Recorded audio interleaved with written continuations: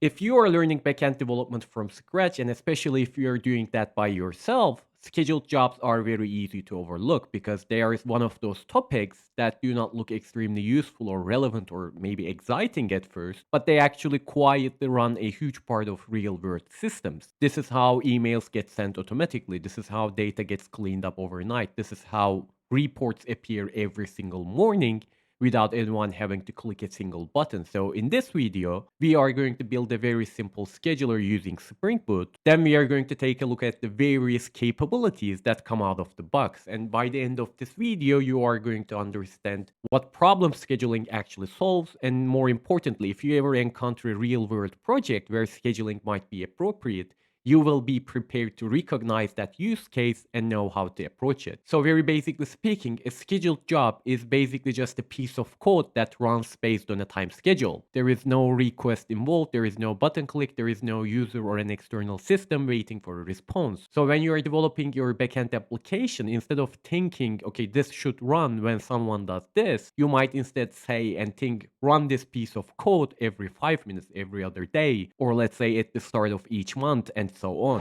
There are many ways to implement scheduled jobs in Spring Boot, but for learning purposes, we want the simplest possible setup that still reflects the real world work. Spring Boot already gives us scheduling support out of the box. You don't need any external dependencies, you don't need any separate services, and you certainly do not need to understand every single detail of multi-threaded Java applications. We simply write simple Java code, and then we tell Spring Boot when to run it. This is what makes this approach ideal for learning the basics without getting overwhelmed by the unnecessary distractions. So let's start by writing our very first scheduled job. Here I already have a printer scheduler class opened, and I'm going to do something intentionally very simple. I'm just going to write a basic Java method called print. And inside that method, I am going to print a message to the console, such as here I am, let's say. Now, just as a slightly useful information, in a real life project, in a real life Spring Boot application, you would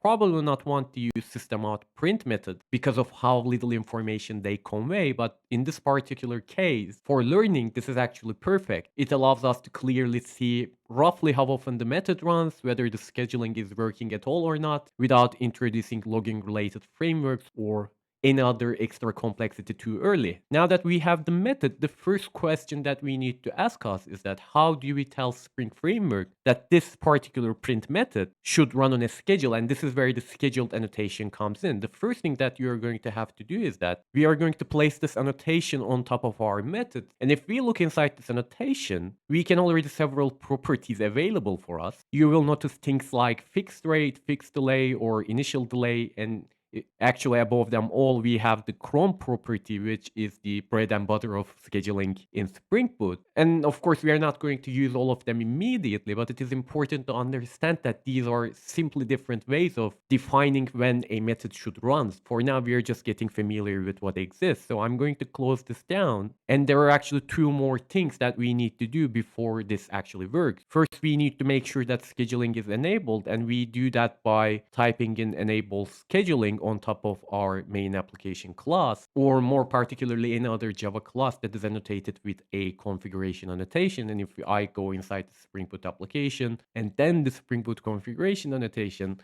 what we are going to see is that this main class annotated with the Spring Boot application annotation is, for hierarchical reasons, is actually also a configuration class. And without the enable scheduling annotation you see on my screens, the Spring will actually ignore all of the scheduled methods within our application. And having done that, the second thing that we need to make sure, and this is not in a particular order, we are going to have to annotate our scheduler class with a component annotation, because our printer scheduler class needs to be managed by Spring. And this is actually quite important conceptually. Spring can only schedule methods on beans that it knows about. If a class is not a Spring managed component, scheduling simply will not happen. And once both of these are in place, Spring can discover the class, discover the scheduled method, and wire everything together so that we can have out-of-the-box scheduling capabilities. Now, I will actually start by typing in fig to be able to see some of the properties that we have seen in the scheduled functional interface. What we can do is, for example, we can use the fixed rate property and specify a long value to represent milliseconds so that we can tell Spring to run this method at a constant interval measured from the start time of the previous execution. So if I specify the value of the fixed rate property as 5000, which is in the form of long, which is in the form of milliseconds, if you will, what Spring is going to do is that it is going to try to run this method every 5 seconds, and that is going to be regardless of how long the method itself takes to execute. And in the case of fixed delays, what this is, and before that, I'm actually going to run this application so that we can actually see something up and running. And right away, what you're going to see is that every 5 seconds, and now that we have used the system out println method, we are not seeing any meaningful data, which we would have been seeing with the simple logging facade for Java, let's say. What we can roughly tell is that this is going to be printing every 5 seconds. And I'm going to actually stop this one and try to explain what fixed delay does. And in the case of fixed delay property, as we can use as follows, and this is not going to change anything in our particular printer scheduler class because the method itself is not going to take any more than a couple of milliseconds. But let's say you are working on a more meaningful project and the execution time of this method may vary and may vary a lot. Once it can be 3 seconds and then it can be a couple of minutes, sometimes it can be hours, sometimes it can be 45 minutes, and you really don't want to have your jobs piling up. In that case, what you can use is this beautiful property called fixed delay.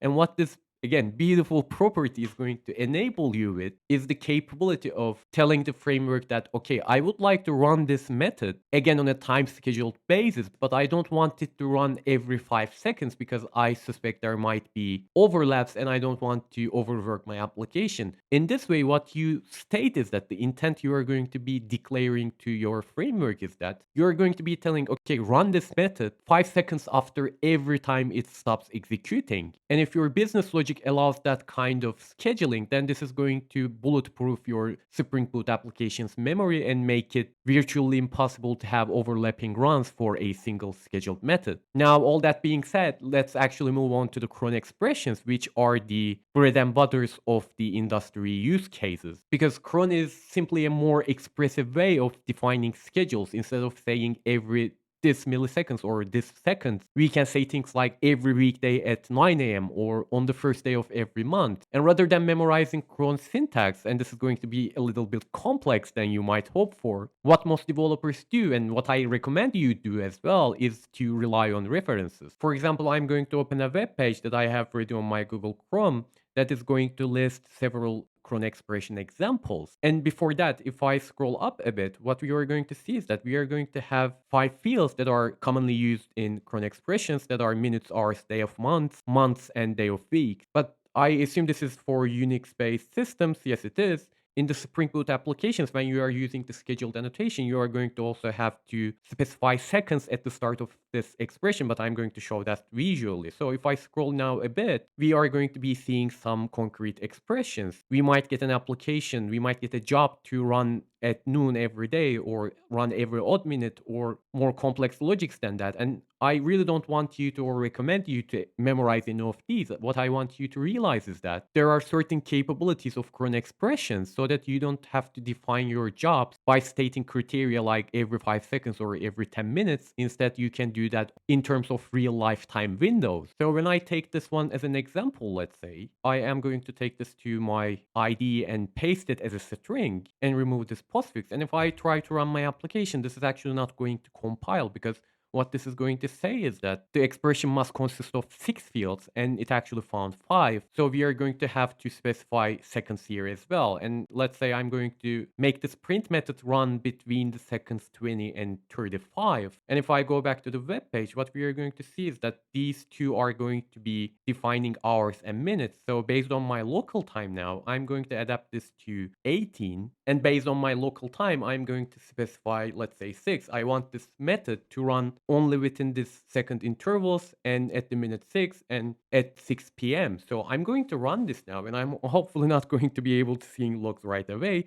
okay, we still have about 20 seconds. And now with the start of, and after 10 seconds, not 20 seconds, we have started to see some logs. And what we are going to realize is that now that we are using system out println rather than log infos, we don't have that many infos. What we are going to see is that if I press Command F and search for here I am, we are going to be seeing 16 results. And note that this is not growing in number because after 15 seconds, as we have specified here in this cron expression, this print method actually stopped getting executed. So if I, for example, clear my terminal, we are not going to be seeing any other logs popping on. And not just that, but also if I stop this application and rerun this again, we are still going to be seeing the started scheduling application log. But other than that, we are not going to be seeing any logs that will come as a result of line 11 being executed because that time window has already passed. And this is where scheduling becomes actually extremely useful in real life scenarios because we are no longer thinking in terms of intervals, but instead we are thinking in terms of real world time. And that is more often than not exactly what real systems need.